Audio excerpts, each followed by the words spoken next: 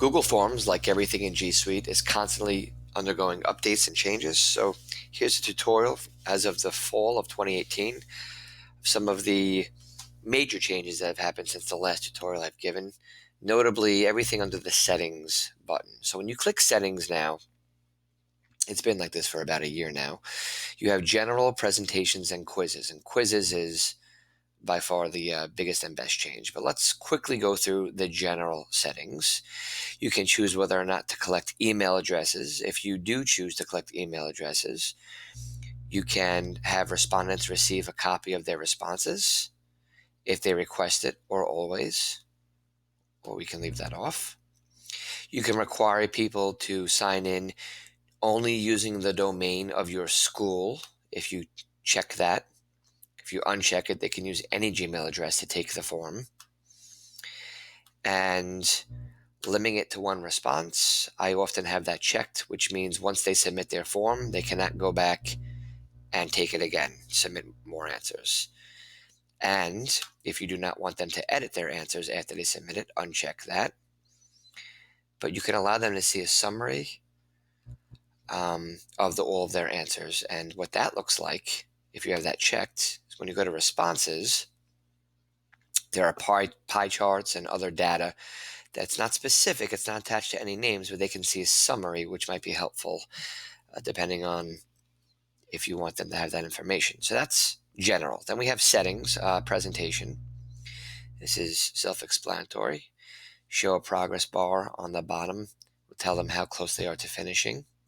Shuffle the questions. And a confirmation message. Okay. Quizzes is the big one. For quizzes, if you want to make it a quiz, you have a bunch of different options. First and foremost, do you want the students to get a grade right after they finish the form? Or do you want to review them manually and then email them? Most teachers have it on immediately, which means when they hit submit, they see their grade right away. And what do they see? They see the questions they got wrong. I like to have that. See the correct answers. It depends on what you're aiming for. I usually have that on so they can see what the correct answer was. And point values. Show total points and points received for each question. So let's save that. And let's turn this into a quiz. In order to edit the quiz, you have to click into the question. Now, this is how you edit the question. Let's change it to car. And these are editing the answer choices. But now if you want to edit the quiz, you have to click answer key right down here. Click answer key for each question you have to do this for. You assign it a number of points, and you also pick the correct answer. And note, you can pick more than one correct answer. And this is really cool. If you can add answer feedback. So maybe for an incorrect answer or a correct answer, you can add a little explanation of why they got it wrong or right, and or a YouTube video or link. That's really cool. Okay. And when you're done with that,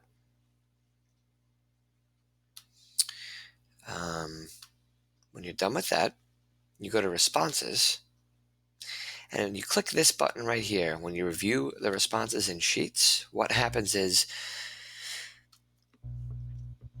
a column appears at the end, and that's where you get your student's grade. So here's the score. A score will appear, and it'll give you the total amount correct. And if you want to turn that into a percentage, you can put a little formula here and put equals that, which is the total amount correct, divided by the total amount of questions asked. Let's say it was 10 questions, times 100. That formula, drag it down like so, will give you a percentage of what the student scored. So that's a quick tutorial on the new settings options and quizzes. Lastly, just quickly something to note. In fall of 2018, it still has not come out yet. There will be an option where when you assign a, a form quiz, you can lock it for your students. That's coming out in fall of 2018. In other words, students will not be able to leave this screen to go look for other answers and so on and so forth. And actually, I will put the link to that at the bottom of this video, which is right here. Hey, thank you.